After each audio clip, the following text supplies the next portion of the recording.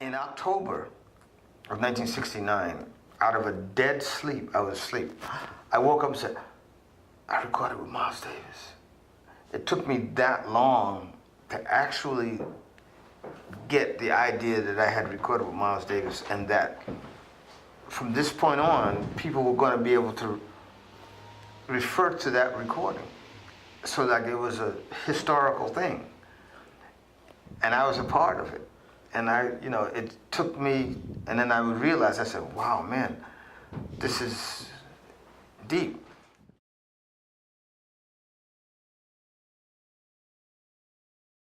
I had gotten an offer to go to California for my first time with Buddy Montgomery, Wes Montgomery's brother, who played vibes and piano. Mm-hmm.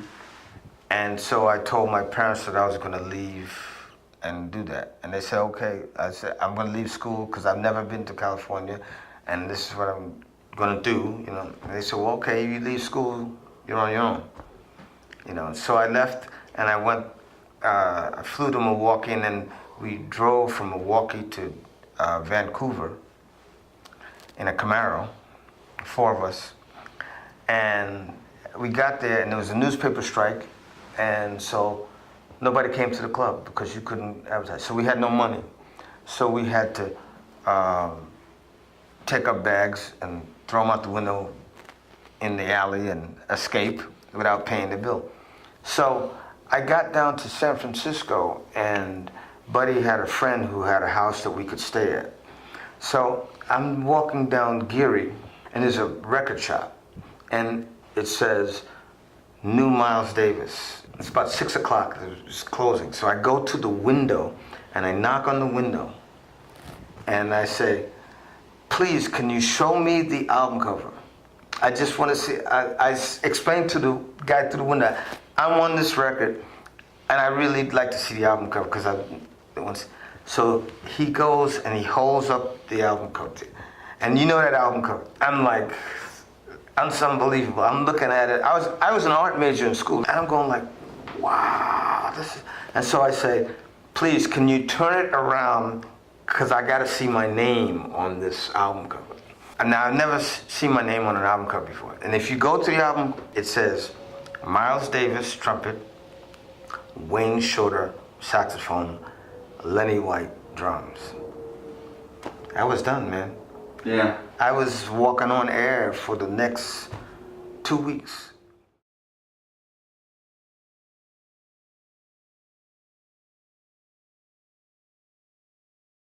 Miles is playing at Shirley's Manhole.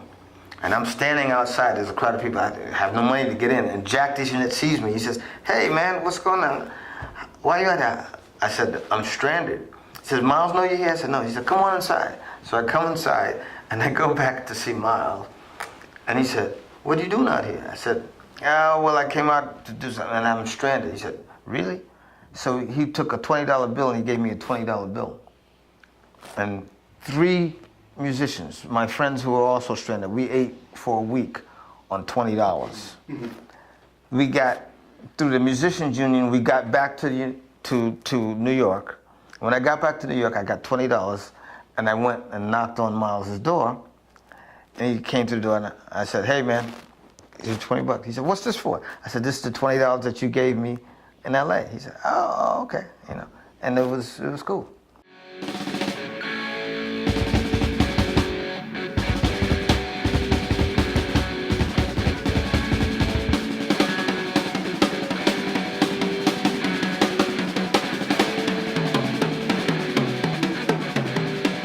When I heard Tony Williams play, I heard the lineage of all of the guys from the past. He was very well aware, and through his playing, very well representative of quote-unquote jazz music and the history of the music.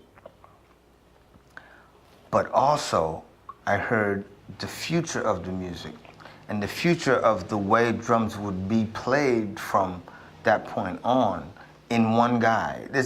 I had never heard that before. I had never heard a true progenitor of the music take the music to the next level and have a vision that would be the way that there were things that he did that he created elements that with the hi-hat or playing a five-stroke roll, not just with hands, but all over the drum kit that I had never heard before. I said, man, this. And so immediately he became the guy that, for me, was the past and the future of the music. And I personally think that he is the guy that would be the beginning of fusion or jazz rock. The Lifetime record came out in 1969, the same as Bitches Brew. Mm-hmm. But because Miles Davis was the most famous musician that played this music, what Bitches Brew was, because they had done actually In a Silent Way before that, and Phillies to Kilimanjaro before that, Miles in the Sky before that. See, so one of the things that I really do have to address is that most people think that music just pops up like this, or a new movement of music pops, and that's not the case. They're all interrelated. And Miles Davis is the same guy who played with Charlie Parker. And you listen to what he did with Charlie Parker, with Donna Lee, then you listen to what he did in 1959 with John Coltrane, and you listen to what he did in 1969 with Bitches Brew. This is the same musician, and it's the same thread, but it's just that maybe the period, things that affect him a certain way makes him have a different perspective on it. And when I heard Tony play, and Tony, he was born in Chicago, grew up in Boston, and he came to New York. When he came to New York and he played, the climate was when the avant-garde movement was happening. So he was very well aware of that and took that in, plus the fact that he had heard all of that other great music before him, and he was a student of Max Roach, Philly Joe Jones, and all those guys. But then again, he had his way of doing it. There's this lineage again. And so you got these guys on the same plane. You have Tony Williams and Miles Davis on the same plane, and they come together and they do this thing and they move music moves like this. So in 1969, Tony decides to make Emergency with Larry Young and John McLaughlin. John McLaughlin and Larry Young are on Bitches Brew. So there's this synergy that's happening, and the movement and the music is moving along like this. And I'm fortunate to be called to be a part of it, and man, my brain is going bananas. I just listening to all of this music and seeing all this stuff. And Jimi Hendrix is making music, Stravinsky's still making music, the Beatles are still making music, Elvis Presley's still making music, Frank Sinatra's still making music. All of these people that now are iconic people in different genres of music are making music at the same time. Leonard Bernstein is still making music. They're making music at the same time. So there's all this cross-pollination with the music, and it's the sign of the times. Duke Ellington's sister's still alive. Yeah, no, everybody's. Louis Armstrong, they're still making music. And I think this is a testament to one of the times in our lifetime that was unprecedented, because of the fact that all of these different artists that now are very well revered and are studied for what they did, all were making music all at the same time. Think of the films that were being made at that time too. It's like everything. There was a cultural revolution in all kinds of art.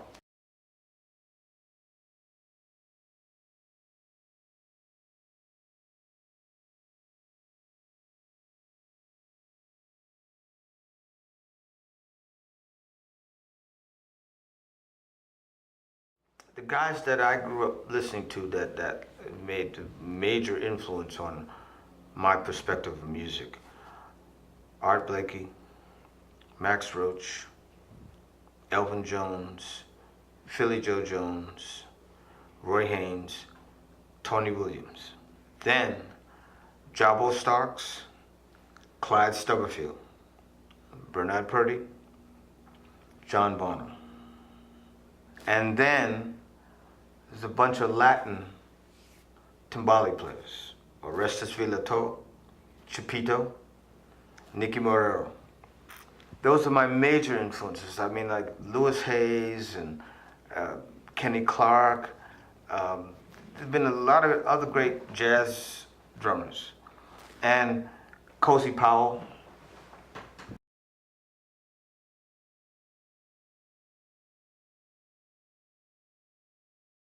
Why John Bonham? Yeah. Because he played for me in the greatest rock and roll band ever, which is Led Zeppelin. Mm-hmm. Led Zeppelin, man. Led Zeppelin. What can I say? About 10 years ago, I was here in LA, and I went to Pro Percussion, and there was a book that was on counter, and it was John Bonham talking about different sessions of different songs that were on the Led Zeppelin albums. And Black Dog was my favorite Led Zeppelin song. And then I heard In My Time of Dying. And when I heard that, I was like, okay, now this is... So I go to the book, and I open up the book, and I'm looking for what he said about that session. And in that passage, he says that, you know, we were starting to play a little bit more progressive music. And I was listening to Billy Cobham, Tony Williams, and Lenny White. So, I think, what was so amazing is that, like, you don't know. You do your art, you put your music out, and you never know who's listening. But you do it with the intent of raising the bar and doing the best that you can do. And you're not doing it to impress anyone. You're doing it because there's this competitive, it's not envy, but like, you know, someone who has the access to playing in front of 50,000 people, you want to play in front of 50,000 people, but you do your art the way you do your art. I mean, and it comes out the way it comes out. And you never know, but you might get the opportunity to do that. But, you know, you want to say, okay, you play in front of 50,000 people, but can you do this?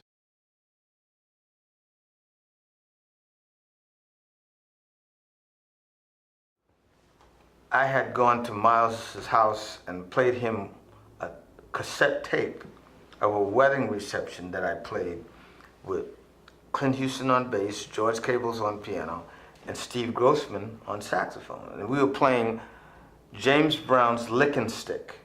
And Miles said, "Who's the saxophone player?" I said, "That's my friend Steve Grossman." He said, "Let me have his number." He was in Miles's band 2 or 3 weeks after that.